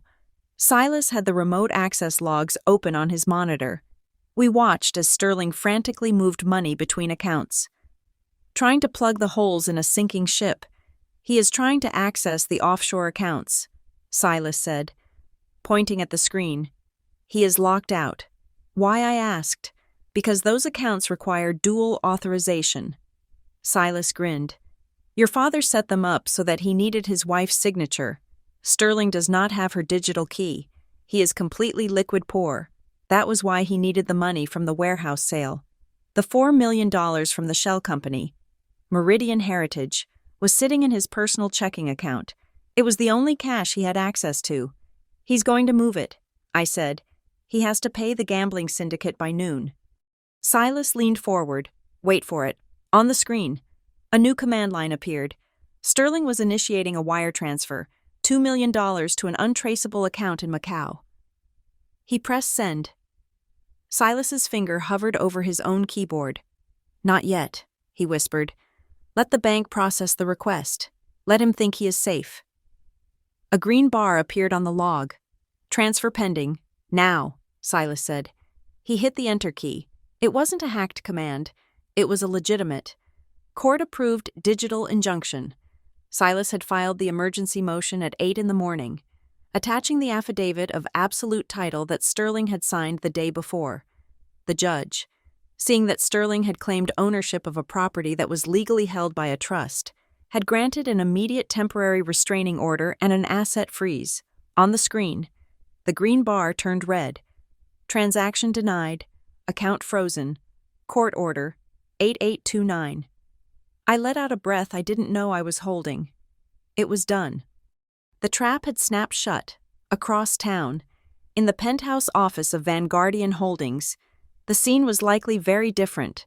I could imagine Sterling. He had probably just popped the cork on a bottle of Cristal, thinking he had survived the deadline. He thought the money was on its way to the violent men who held his debt. I wanted to see it. Silas, I said, can we access the boardroom camera? Silas tapped a few keys. The feed was grainy, but clear enough. Sterling was standing by the window, phone in hand. He looked disheveled. His tie was loosened, his hair messy. He was shouting into the phone. What do you mean? Denied, he yelled. I authorized it. It is my money. He listened for a moment, then threw a crystal glass against the wall. It shattered into 1,000 diamonds. You can't freeze my personal account. That is not company property. Just then, the double doors of his office opened. It wasn't his secretary. It was a process server, a short woman in a beige trench coat, followed by 2 uniformed police officers. Sterling spun around. Who are you? Get out. The woman walked up to him and slapped a thick stack of papers onto his chest. Sterling Lockhart, she asked. I am the CEO of this company, he roared. You are served, she said impassively. Emergency asset forfeiture and immediate injunction. You are to vacate the premises. Sterling looked at the papers. He looked at the police officers. He looked at the phone in his hand, where the bank representative was likely telling him that his credit cards were now useless plastic. He slumped into his chair. It was the first time I had ever seen him look small. But we weren't done. The legal freeze was just the nail in the coffin. We needed to bury the body so deep that no amount of spin doctoring could ever dig it up. We needed to destroy his reputation. Sterling would try to spin this. He would claim it was a misunderstanding, a clerical error. He would claim I was a vindictive sister fabricating evidence. He had the media connections. He could still control the narrative, unless I nuked the narrative. I pulled the USB drive from my pocket. It contained the footage I had converted from the old tapes found in the safe at the watch shop. "Are you ready?" Silas asked. "Once we upload this, there is no going back. You are exposing your parents as criminals. You are tarnishing the only legacy you have left." I looked at the drive. I thought about the letter they had left me. A lesson in humility. The legacy is already tarnished. "Silas," I said, "I am just polishing the truth." I logged into a burner account on the biggest video sharing platform in the world. I titled the video, "The Truth About Vanguardian: A Confession from the Grave." I pressed upload. The video began to circulate within minutes. By noon, it was trending locally. By 2 in the afternoon, it was national news. The footage was black and white, dated November 5th, 1996. The angle was high, taken from a hidden security camera in my father's study, a camera Grandma Eleanor had installed years prior without telling him. In the video, my father, Robert Lockhart, was sitting at his desk. My mother was pacing the room, smoking a cigarette. "We cannot let the old hag win." "Robert," my mother's voice was tinny but distinct, "if that shadow trust is activated, we lose everything. We are just employees." I know, my father replied, his head in his hands. "But the lawyer said the will is ironclad. Then we make a new will." My mother snapped. "She is in a coma." "Robert, she can't object. We get Highsmith to draft a new version, backdate it to before the stroke, and forge her signature. I have practiced it. I can do it. That is fraud." "Eleanor," my father whispered, "that is prison." "It is only fraud if we get caught," my mother said, leaning over the desk. "Do you want to work for a living? Do you want to be poor? Do you want to explain to your golf buddies that you are living on an allowance from your dead mother's trust, or do you want to be a king?" My father looked up. The greed in his eyes was visible even through the grainy footage. "Do it," he said, "and make sure Dahlia gets nothing. If she ever finds out. She is too much like her grandmother. We have to break her spirit early." The video ended. The reaction was nuclear. The internet did not just get angry. It became a mob. The comment section scrolled so fast it was a blur. They stole the company. They forged a will while the grandmother was dying.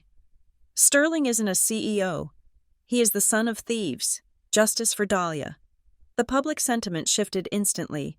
Yesterday, I was the bitter, crippled sister causing a scene. Today, I was the heroine of a tragedy, the rightful heir who had survived a house of vipers. Sterling's phone, which we were still monitoring, stopped ringing with business calls and started ringing with cancellations. The country club called to suspend his membership pending an investigation. The board of directors called to convene an emergency meeting to vote on his removal. But the most satisfying call came at 3 o'clock. It was Harold Highsmith, the family lawyer, the man who had read the will that gave me $0. Sterling answered the call on speaker, his voice trembling. "Harold, you have to help me. You have to issue a statement. Tell them the video is a deepfake." There was a long silence on the other end. "I cannot do that." "Sterling," Highsmith said, his voice cold and distant. "I pay you to protect me," Sterling screamed. "You pay me to represent the legitimate interests of the Lockhart estate," Highsmith replied. "Based on the documents filed by Mr. Vance this morning, specifically the Jade Seal and the original Shadow Trust deed, it appears you are not the estate. You are a squatter. Harold, I am resigning as your counsel, effective immediately," Highsmith said, "and Sterling, do not contact me again. I will be cooperating with the district attorney to save my own license." The line went dead. Sterling sat in his office, staring at the phone. He was alone. The lawyers were gone. The money was frozen. The public hated him, but the final blow was yet to come. At 4 o'clock, the banks moved. When a borrower is suspected of fraud, there is a clause in every loan agreement called the bad boy guarantee. It allows the bank to accelerate the debt immediately. Sterling had personal loans totaling $6 million, secured against his future inheritance and his stock portfolio. With the stock crashing and the inheritance proven to be stolen, the collateral was worthless. We watched the notifications flood his email. Chase Private Client. Notice of default. Immediate repayment of $2.4 million required. American Express account closed. Outstanding balance due. Mercedes-Benz financial notice of repossession. Sterling stood up. He walked to the window and looked down at the city. He looked like a man who was thinking about jumping. He won't do it, Silas said quietly. Reading my mind. He is too narcissistic to kill himself. He thinks he can still talk his way out of it. He is right, I said. He is going to try to run. How? He has no money. He has the cash in the wall safe. I said, Father always kept emergency cash in the office safe. Sterling knows the combination. We watched on the camera as Sterling moved the painting behind his desk. He spun the dial. He opened the safe. He pulled out stacks of cash. It looked like maybe $50,000. Not enough to pay his debts, but enough to buy a fake passport and a plane ticket. He stuffed the money into his briefcase. He grabbed his coat. He looked around the office one last time, the office he had occupied for exactly 4 days, and ran out the door. He is heading for the airport, Silas said. No, I said, standing up and grabbing my cane. He is not going to the airport. He needs more than $50,000. He is going to the only place he thinks has value left. Where the house, I said. He is going to try to strip the mansion, the jewelry, the silver, the art that didn't burn. He thinks he can load up the car and flee. I looked at Silas. Call the police. Tell them the suspect is fleeing to the Medina estate. Tell them he is armed and dangerous. Is he armed? As Silas asked. He threw a wooden box at my head. I said, That makes him dangerous enough for me. I walked to the door. I'm going to meet him there. Silas? Dahlia. No. Silas warned. Let the police handle it. This started in that house. I said, my hand on the doorknob. It ends in that house. I need to look him in the eye when the handcuffs go on. I need him to see that the sister he called useless is the one who called the cops. The rain had stopped, leaving the grounds of the Lockhart estate shrouded in a heavy, damp mist that clung to the windows like a shroud. I was sitting in the high-backed velvet armchair in the drawing room, my mother's chair, the one she used to sit in when she was dictating the menu to the cook or deciding which charity would have the privilege of receiving her check. On the table in front of me, a cup of Earl Grey tea steamed gently, the porcelain thin as an eggshell. Beside it lay the court order granting me temporary access for asset inventory, and beside that, the diary. It was 3:00 in the afternoon, but the house felt like it was trapped in eternal twilight. I took a sip of tea. It tasted like victory, but also like ash. I was waiting. I knew he would come here. Silas had told me that Sterling had sped to the Sleepy Pine Motel first, screeching his tires into the parking lot, banging on the door of room 112 until his knuckles bled. He had screamed my name, kicking the door until the manager threatened to call the sheriff. He thought he could find me there, vulnerable, cowering in the squalor he believed I deserved. He thought he could bully me one last time into retracting the statement, into deleting the video. But finding an empty room must have terrified him more than finding me.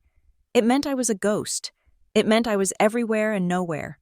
And a man like Sterling, when stripped of his options, always returns to the scene of his power. He would come here. 10 minutes later, I heard the front door crash open. Dahlia. His voice was a raw, animal sound. It bounced off the marble floors of the foyer, echoing up to the chandelier. I heard his heavy, frantic footsteps running through the hallway, knocking over a vase stand. Glass shattered. He didn't stop. He burst into the drawing room. He looked like a man who had been hunted by wolves. His suit, usually impeccable, was torn at the shoulder. His tie was gone. His hair was wild, standing up in tufts where he had run his hands through it 1,000 times. He was sweating, despite the chill in the house. When he saw me, he stopped dead. I didn't stand up. I didn't look afraid. I just set my teacup down on the saucer with a soft clink. Hello? Sterling, I said. You look terrible. You witch. He gasped, his chest heaving. I went to the motel. You were gone. I upgraded, I said calmly. He stared at me, and then he stared at the chair I was sitting in. The symbolism hit him like a physical slap. I was sitting on his throne. I was occupying the seat of the matriarch. "Get out of that chair," he whispered, his voice trembling with rage. "That belongs to Mother. Mother is dead." "Sterling," I said, "and the house belongs to the trust." "Which means, technically, you are trespassing." Something snapped inside him, the last thread of his sanity, the thin wire holding his narcissism together. "Broke. I'm going to kill you," he screamed. He lunged at me. His hands were curled into claws, reaching for my throat. He covered the distance between the door and the chair in 2 seconds, his eyes rolling back in his head, pure violence taking over. I didn't move. I didn't even flinch. 2 feet before he reached me, a massive shape stepped out from behind the heavy velvet curtains. A second shape emerged from the shadows of the bookshelf, my security detail. Former military contractors Silas had hired an hour ago. The first guard, a man named Kane, who was the size of a vending machine, caught Sterling mid-air. He didn't hit him, he just absorbed him. He grabbed Sterling by the shoulders and slammed him backward. Sterling flew back and hit the floor hard. He scrambled to get up, swinging wildly, but the second guard stepped on his hand, not enough to break it, but enough to pin him to the Persian rug. "Stay down, Mr. Lockhart," Kane said. His voice was bored, professional. Sterling thrashed for a moment, then collapsed, sobbing for breath. He looked up at me from the floor. I looked down at him from the velvet chair. The angle was perfect. For 30 years, he had looked down on me. Now, the geometry of our relationship had finally corrected itself. I picked up the diary. "Do you remember?" "Sterling," I asked softly, "do you remember the letter Mom and Dad left for me? The one you laughed at?" He didn't answer. He just stared at the leather book in my hands. "They wanted to teach me a lesson in humility," I continued, running my thumb over the cracked cover. "They thought stripping me of money would break me, but they forgot that I never defined myself by money. You did." I opened the diary to a page marked with a blue ribbon. "Grandma Eleanor knew." I said, "She watched us grow up. She watched you push me off the swing set when we were 6. She watched you lie about breaking the vase when we were 10. She saw everything." I began to read. My voice was steady, filling the silent room. "August 12th, 1989. Sterling is only 7, but he frightens me. Today, he caught a butterfly in the garden. He didn't want to look at it. He wanted to pull its wings off to see if it would still try to fly. When it died, he didn't cry. He looked bored. I looked up. Sterling was pale. 'The boy has a hollow soul.' I read, reading the words Grandma had written decades ago. 'He is a vessel with a crack at the bottom. No amount of love, no amount of money, no amount of praise will ever fill him. He will consume everything around him and still starve. If he is not taught to cherish the small things, he will destroy the big things.'" I closed the book. She was right. Wasn't she? I asked. You consumed everything. You consumed Dad's morality. You consumed the company's future. You tried to consume me. And look at you now. Starving. Sterling dragged himself up to his knees. The fight had drained out of him, replaced by a terrifying, pathetic desperation. "Dahlia, please," he croaked. "You don't understand. It is not just the police. I know," I said. "The gambling debts. $2 million. He looked at me with wide, wet eyes. "They are going to kill me. Dahlia, these are not bankers. These are monsters. If I don't pay them by tonight, they said they would cut off my fingers first, then my toes. They will take me apart piece by piece." He crawled toward me. The guards tensed, but I held up a hand. "Let him come." He reached the foot of the chair and grabbed the hem of my dress. His hands were shaking so hard the fabric vibrated. "I am your brother," he sobbed. "We share the same blood. You can't let them torture me. You have the seal. You control the assets now. Just unlock one account. Just one. Give me the 2 million. I will disappear. I will go to Bali. You will never see me again. Please, I don't want to die." I looked at him. I looked at the man who had been the Prince of Seattle. I looked for a shred of pity in my heart. I searched for that sisterly instinct that says, protect family at all costs. I found nothing. I found only the memory of the fire, the memory of him standing next to Father. Lying to the press, while I lay in a hospital bed with acid burns on my face. I remembered the snow on my face yesterday when he threw me out. I pulled my dress from his grip. I am not doing this for the money. Sterling, I said, I didn't take the company because I wanted to be rich. I took it because you and our parents were unworthy. You were parasites on Grandma's legacy. But I am flesh and blood, he wailed. So was I. I shouted, my voice finally rising, cracking with the anger I had held back for 2 days. So was I when you threw me out in a blizzard. So was I when you framed me for the fire. Where was the blood then? Sterling. Where was the family then? I leaned forward, my face inches from his. You want money? Go earn it. You want mercy? Pray to God, because you won't find it here. Dahlia. No, I said, leaning back and picking up my tea. I am not your bank anymore, Sterling, and I am certainly not your savior, that hollow spot in your soul. You are going to have to fill it with consequences. He stared at me, his mouth open, realizing finally, truly, that I was not going to help him. The realization broke him. He slumped forward, his forehead touching the floor, weeping like a child. It was a pathetic sound. It was the sound of a man realizing that the world does not owe him a living.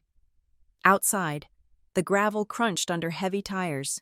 Not one car. Many cars. Doors slammed. Sterling's head snapped up. Who is that? He whispered. Is it them? The loan sharks? No, I said, glancing out the window where blue lights were reflecting off the mist. Silas was thorough. He sent the files to everyone, the front doors, which were still open, filled with figures. They were not thugs. They were men and women in windbreakers with yellow lettering on the back. FBI, IRRS, Economic Crimes Unit. They moved into the room with precision. Sterling Lockhart, a voice boomed. Sterling scrambled backward, trying to hide behind the chair I was sitting in, trying to use me as a shield one last time. The agents swarmed him. Get up. Put your hands behind your back. They hauled him to his feet. He was limp, dead weight. As they cuffed him, the metal clicking shut with a finality that echoed in the room. He looked at me one last time. Dahlia, he whispered. Why I stood up then? I picked up the cane. I walked over to him, standing toe-to-toe with the brother who had once towered over me. Because, Sterling, I said, you needed to learn. Learn what he cried as they began to drag him away. Humility. I said. The agents marched him out. I watched through the window as they shoved him into the back of an unmarked SUV. He looked small. He looked ordinary. He looked like just another criminal. Silas walked into the room a moment later. He was holding a briefcase and looking tired, but satisfied. It is done, he said. The district attorney is already drafting the indictment. Fraud, embezzlement, perjury, and the IRS is seizing his personal assets to pay the back taxes. What about the loan sharks? I asked. Silas shrugged. He will be in federal custody. He is safer in prison than he is on the street. In a way, you saved his life. I didn't save him, I said, turning away from the window. I just chose the cage. I looked around the room. The silence was back. But it wasn't the heavy, oppressive silence of my parents' reign. It was a clean silence. The silence of a blank slate. I sat back down in my mother's chair. I picked up the cup of Earl Grey. It was cold now, but I drank it anyway. Silas sat opposite me. What now? Miss Lockhart, he asked, you own a multi-million-dollar conglomerate that is currently on fire, a mansion full of stolen art, and a family name that is trending on Twitter for all the wrong reasons. I smiled. It was the first genuine smile I had felt in years. Now, Silas, I said, we get to work. I have a lot of restoring to do. The emergency hearing at the King County Superior Court was not a quiet affair. It was a spectacle. The courtroom was packed to capacity, the air thick with the smell of wet wool and nervous sweat. Reporters lined the back benches, their pens poised like daggers. They were there to see the fall of the House of Lockhart. I sat at the plaintiff's table next to Silas. My hands were folded on the mahogany surface, perfectly still. Across the aisle, Sterling sat with his new attorney, a man named Marcus Thorne. Thorne was known as a fixer, a lawyer who specialized in burying the truth under mountains of procedural objections. Sterling looked haggard. His suit was rumpled, likely the same one he had been arrested in the day before. He had made bail an hour ago, putting up his watch and his wife's jewelry as collateral. Just to be here. He stared at me with eyes that were red-rimmed and full of hate. Judge Patterson entered the room.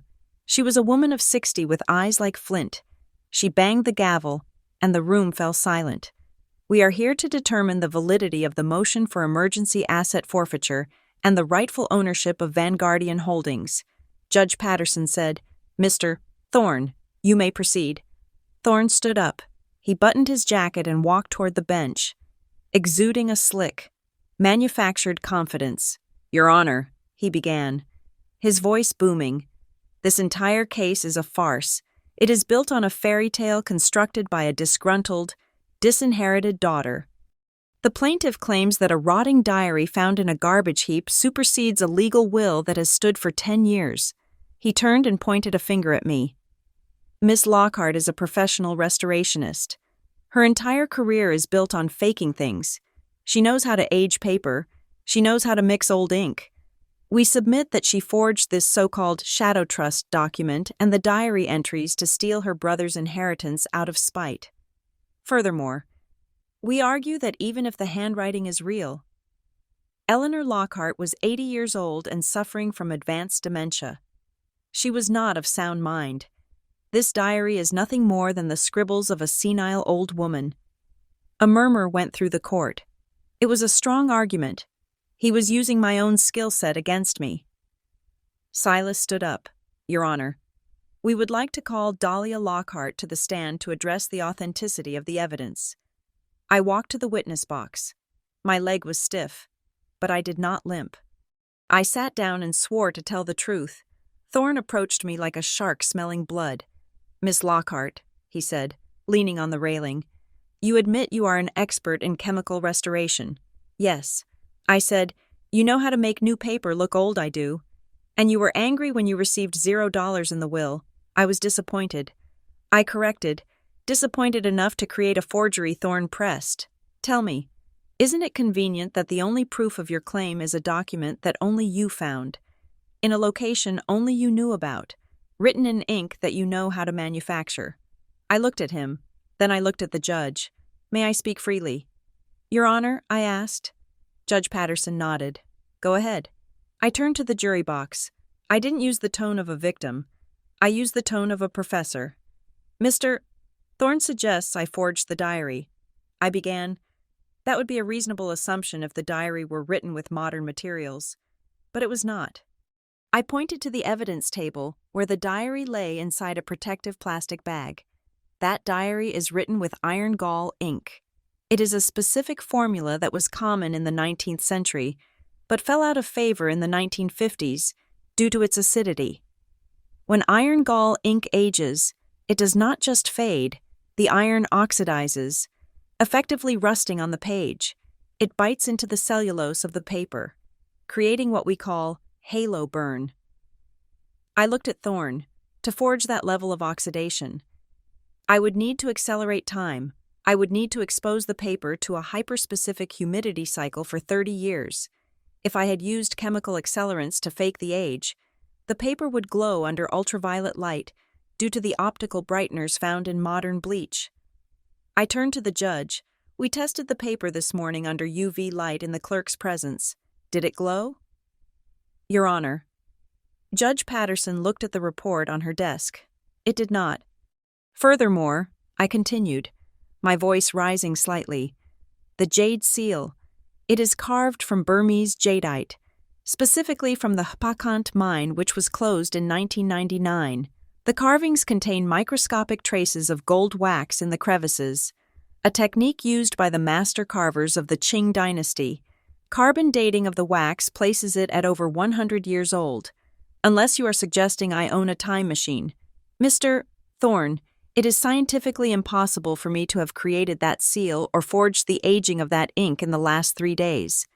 Thorne looked flustered. He hadn't expected a science lecture. He shifted tactics. Fine, he snapped. The book is old. The ink is real. That doesn't prove sanity.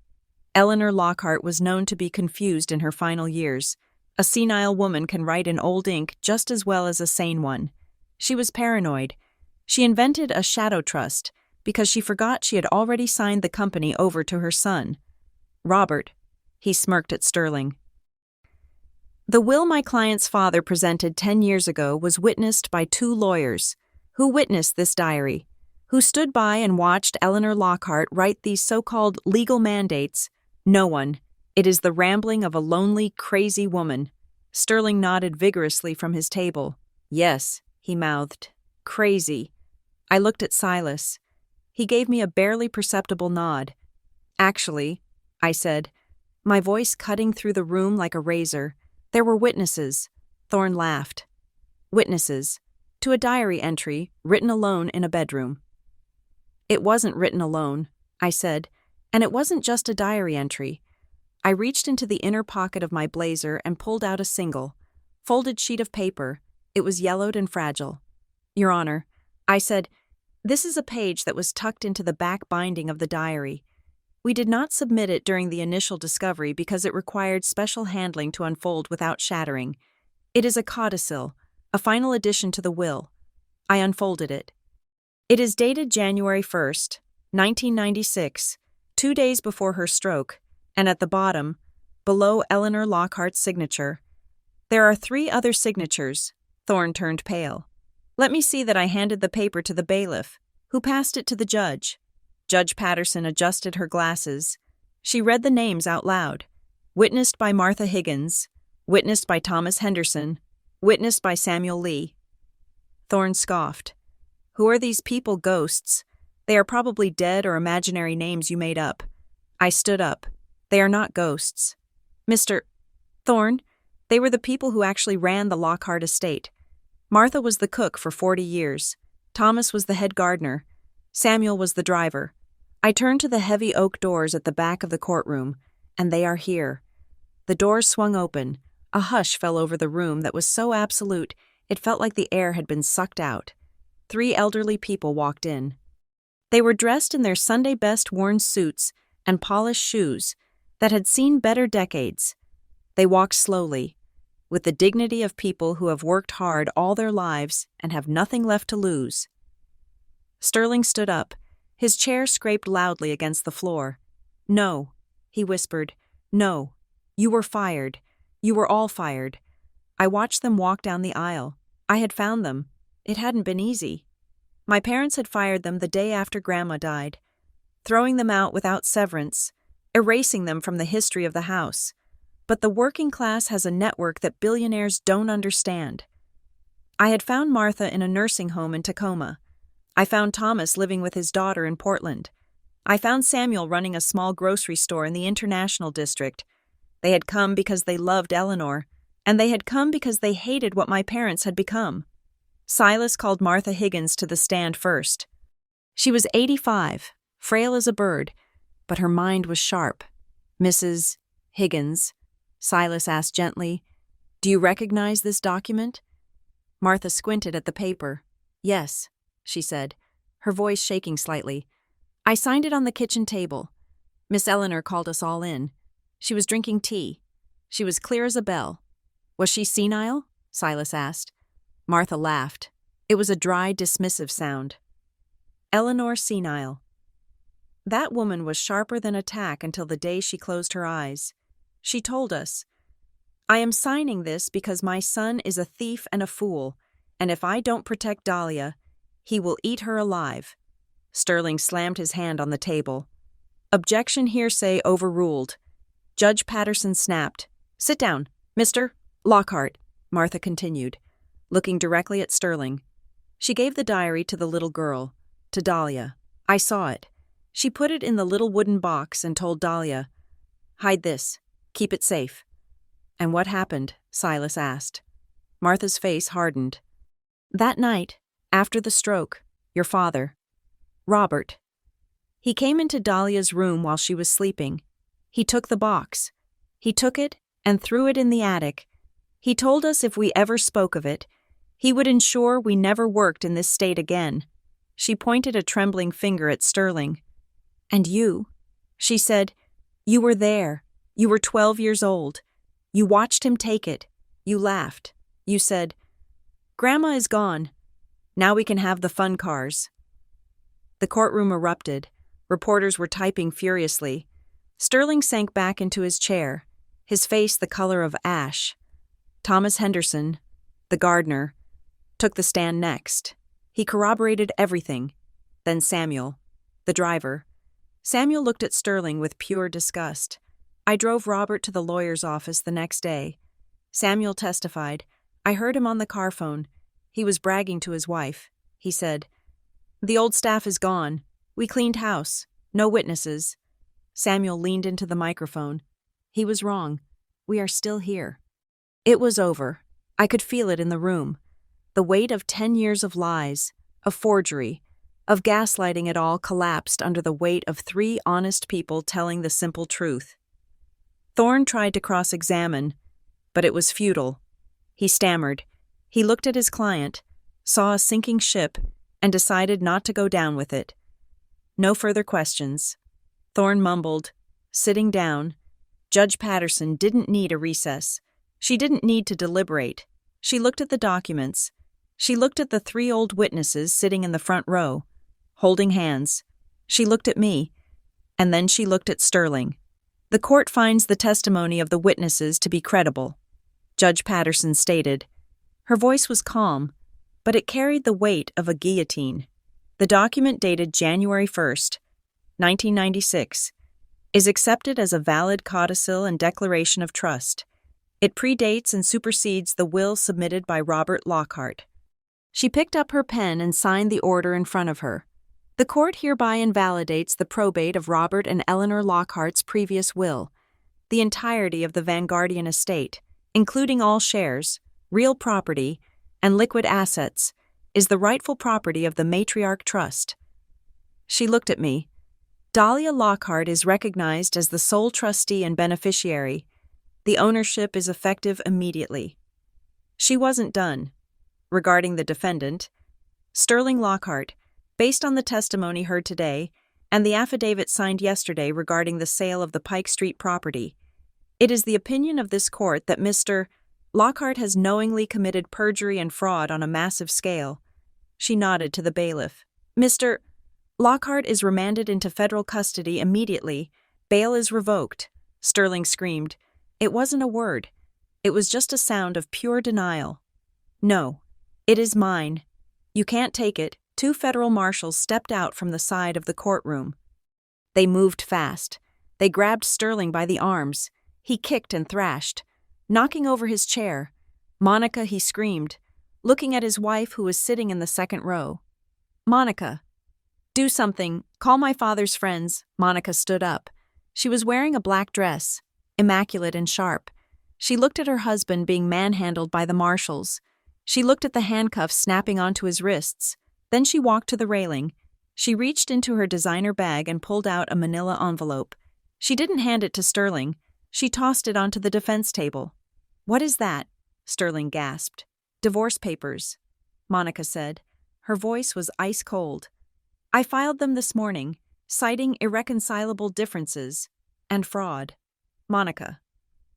"Don't call me Sterling," she said, turning her back on him. "I don't date felons." She walked out of the courtroom without looking back. The marshals dragged Sterling away.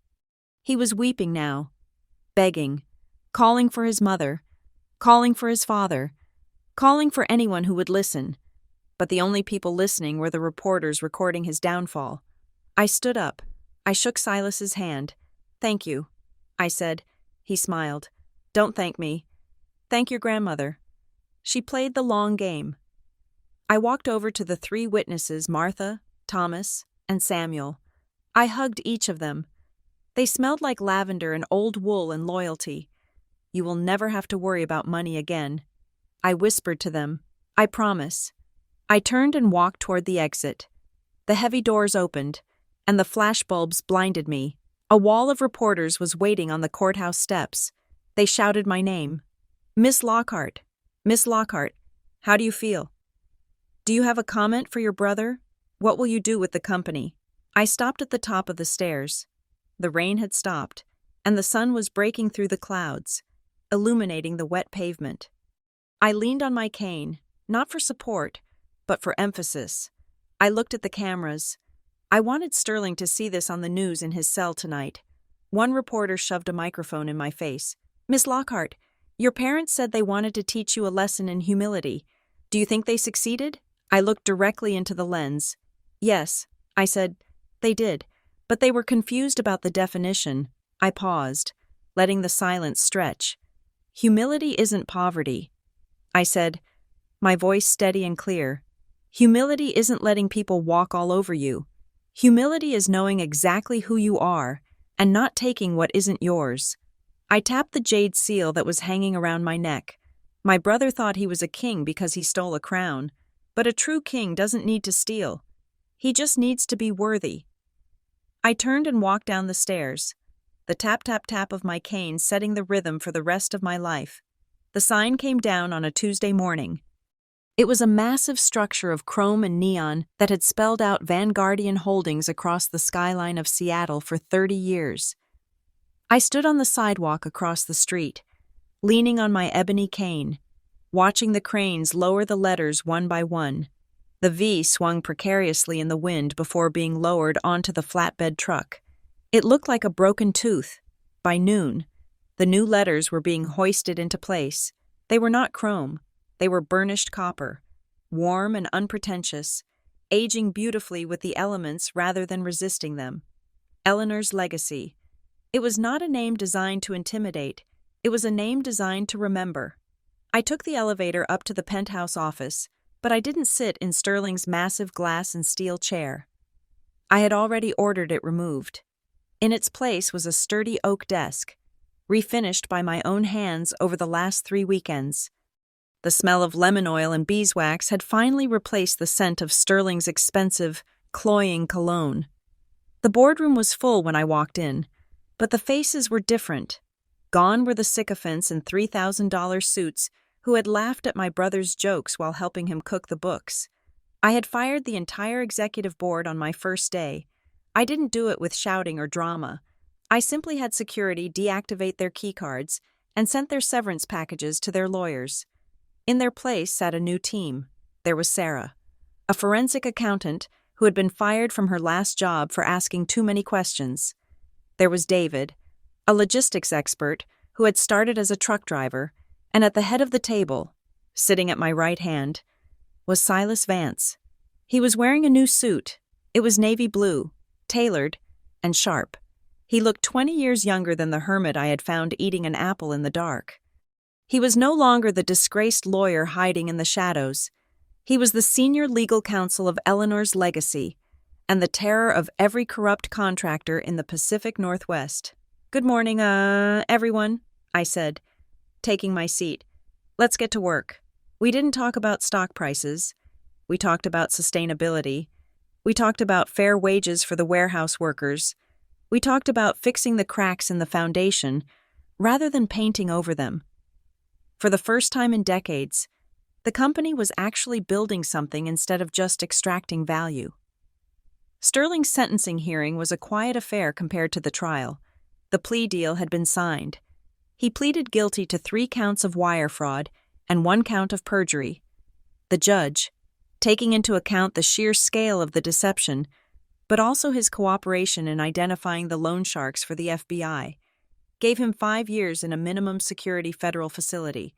I didn't go to the prison to visit him. I knew what I would find if I did. He would either be begging for money or blaming me for his fate. He wasn't ready to see me, and I wasn't ready to see him. But I did send a package. It arrived at the prison mailroom 3 weeks into his sentence. It contained no letter, no money, and no note. Just a single paperback book. I had found it in a used bookstore in Pike Place Market. The title was Starting from Zero, a guide to rebuilding your life when you have lost everything. It was a cruel gift, perhaps, or maybe it was the kindest thing anyone had ever given him. For the first time in his life, he was actually starting from zero. He finally had the opportunity to build something that was truly his, even if it was just a clean prison cell and a clear conscience. Whether he read it or used it to wobble a table leg was up to him. I had done my part. The hardest decision was the house. The estate in Medina was a masterpiece of architecture. It had 6 bedrooms, a heated pool, and a view of Lake Washington that cost $10 million. But to me, it was a mausoleum. Every room held a memory I wanted to forget. The dining room, where I was told I was useless. The hallway where I was thrown out. The library where the fire had taken my eye. I couldn't live there, and I couldn't let it sit empty, rotting like the family soul. So I sold it. I sold it to a tech billionaire from California who wanted to tear it down and build something modern. I let him. I signed the deed without a second thought. The check for $12 million hit the trust account a week later. I didn't keep it. I didn't buy a yacht. I didn't buy a new face to hide my scars. I established the Iron and Ink Foundation. Its mission was simple: to provide grants, legal aid, and medical support to artisans, restorationists, and manual laborers who had been injured on the job. It was for the carpenters who lost fingers and were fired. It was for the painters who inhaled fumes for 30 years and were left with nothing but a cough. It was for people like me, people who broke their bodies to make the world beautiful, only to be discarded when they were no longer perfect. We set up the headquarters in a modest brick building in the industrial district. On opening day, I saw Thomas, the old gardener, weeping as he cut the ribbon. We had set up a pension fund for him, Martha, and Samuel. They would never have to work another day in their lives. But they came to the foundation every day anyway, just to volunteer. They were family now, real family.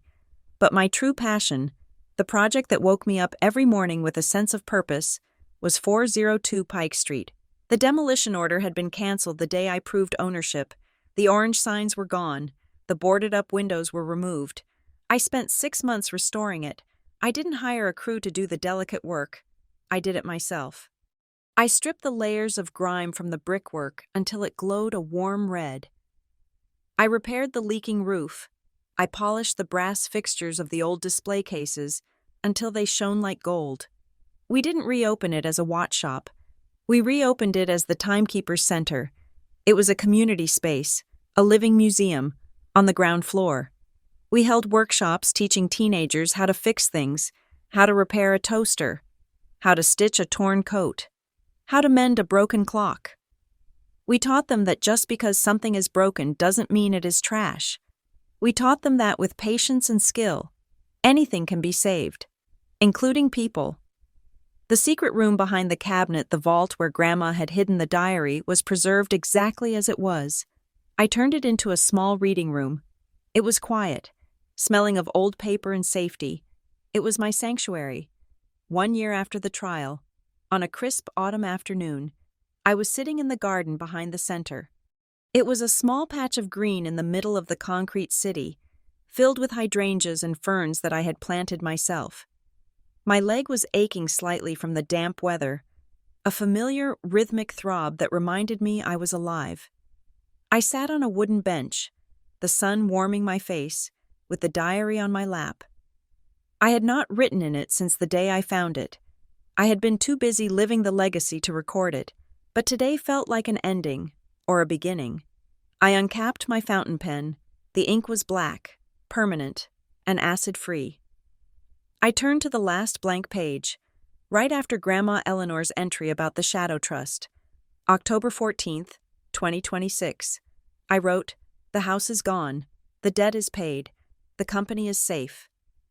I looked up at the sky. A hawk was circling high above the skyscrapers, riding the thermals. "You were right, Grandma." I continued writing. They tried to bury me, but they forgot that I am a seed. I didn't just survive the winter. I grew a forest. Sterling is in prison, learning the hard way. I hope he finds peace. As for me, I have found something better than peace. I have found purpose. The lesson is complete. The legacy is safe. Signed, Dahlia Lockhart, Guardian. I closed the book. The leather felt warm under my fingers. It wasn't a weapon anymore. It was just a book, a history. And now, it was finished. My phone buzzed on the bench beside me.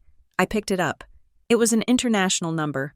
Country code 33, France, I answered. Hello, Mademoiselle Lockhart. The voice was accented, refined. This is Henri Dumont, curator of the Musée d'Orsay in Paris. My heart skipped a beat. Yes, we have heard of your work, he said. Specifically, the restoration techniques you utilized on the Victorian archives during your recent legal difficulties. The precision was noted by our conservation team. I smiled. The world was watching. Indeed, we have a project, he continued. A collection of 17th-century automata mechanical clocks and figures that were damaged in a flood. They are considered hopeless. But we hear you specialize in hopeless causes. I do, I said.